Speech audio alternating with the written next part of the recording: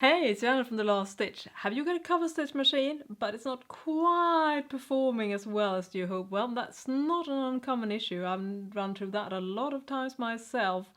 But fear not, because today I will give you a rundown of the best practices on how to perfect the cover stitching. But before we get started, if you want to see more videos from me, just please hit subscribe and also check out my blog, thelaststitch.com, where I have done several blog posts on cover stitching. But now let's talk about best practices for cover stitching.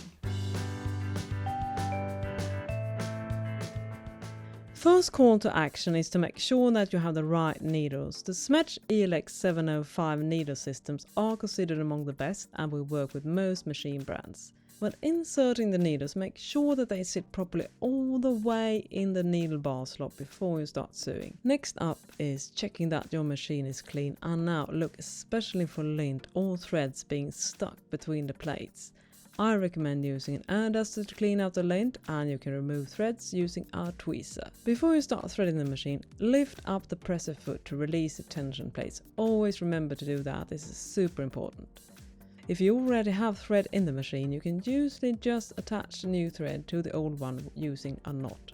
When threading the machine, start with the lower looper and again make sure that everything is clean and properly threaded. Finish off by inserting the thread in the needles and pull the threads all the way to the back facing northwest. Make sure that you have a decent thread length that you can use when you're securing the seams afterwards. Always do samples before sewing on the actual garment. You might have to adjust the tension, the stitch length, differential feet and even the presser foot pressure to achieve a perfect seam.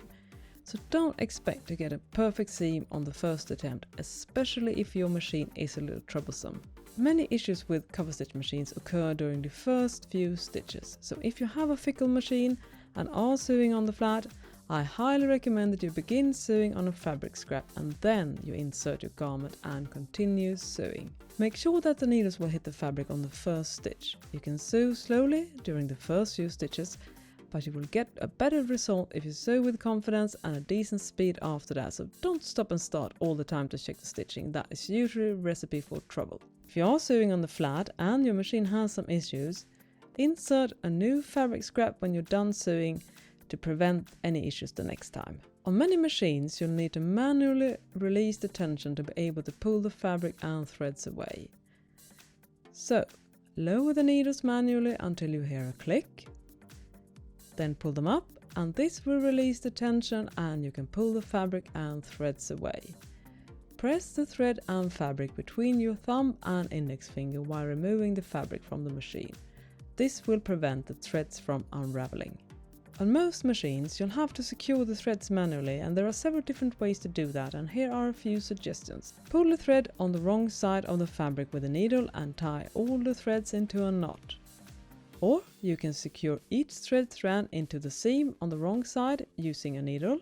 And if you're sewing the side seams after you're done hemming on the cover stitch, you can just sew over the seams, over the edges, and this will often be enough. As a final step, you can top stitch the side seam at one direction to keep it in place. And if you're sewing on the round, you can give the threads a little extra security by stitching a few straight stitches over the area where the beginning and the end of the cover stitch seam meet. That was all my tips for how to improve your cover stitching. I hope that you found it useful, and if you have any more tips, just please share them in the comment section. And if you're not yet an owner of a cover stitch machine, I highly recommend that you check out my video, A Beginner's Guide to Cover Stitch, where I run through all the beginner basics that you need to know before you purchase a machine. And also check out my blog, thelaststitch.com, where I have done several blog posts on cover stitching, including a review of this particular machine. And if you want to see more videos from me, please hit subscribe and also stitch safe. Bye bye.